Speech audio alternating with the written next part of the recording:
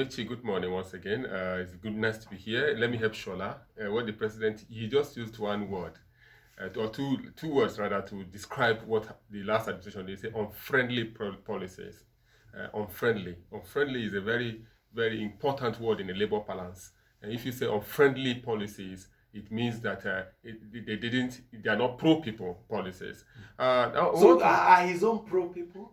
Well, let's start from commending the president. A lot of people or a few persons in his cabal or in his camp will call this a juicy pronouncement, as you like saying about the National Assembly committees, juicy committees.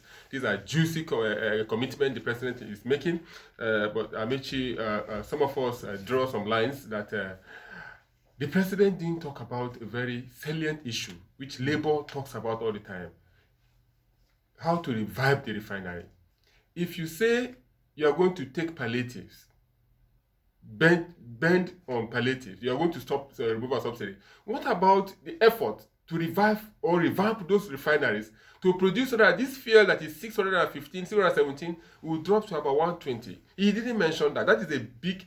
That's a big one for the broadcast yesterday. A big gap. Probably that.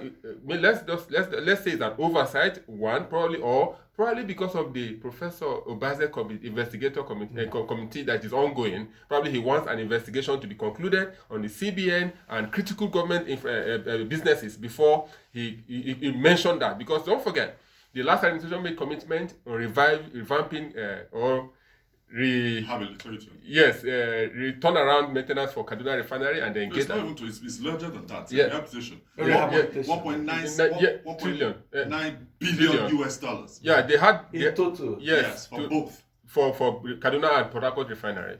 And probably the president is waiting for those reports to come to him before he mentioned the issue of production. And the investigators brief, does it also cover the refineries and all that?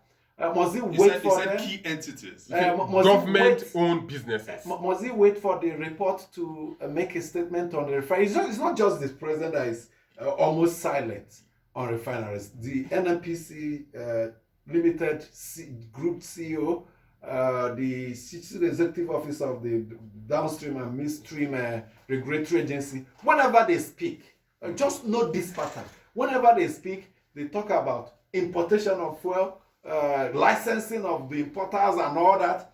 They rarely speak of local refineries. And everybody knows that the key solution lies with getting these refineries working. Are they not interested in getting these refineries working? Because if they are interested and if it's their priority, it should be top on the agenda. But it appears not to be. Yes, before Shola comes in at TV, that is important. We are just dissecting the broadcast of the president and areas which we feel gaps were observed.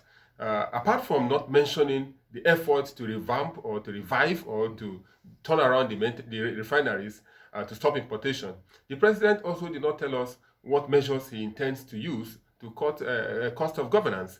Amici, you and I know very well that he picked persons who have already won election as ministerial appointee. And INEC is going to spend taxpayers' money to conduct by-election to bring in new persons to replace the Umahis, to replace the Iyajocha and others he has picked. That is an area where government is incurring more cost and we say we want to cut costs. That is one recommendation of Labour. That is one recommendation that they've been discussing in these meetings they'll be attending. That is why Labour walked out yesterday and saying that they want to listen to the broadcast of the president. Whether he will mention some of these salient points, the refinery and the cost. Now, go and ask INEC. How much it will take INEC to conduct by-election for the senatorial seats and the House of Representative seats that are going to be vacant once this person becomes ministers, and how much the parties are going to spend. Yeah, you're quite right.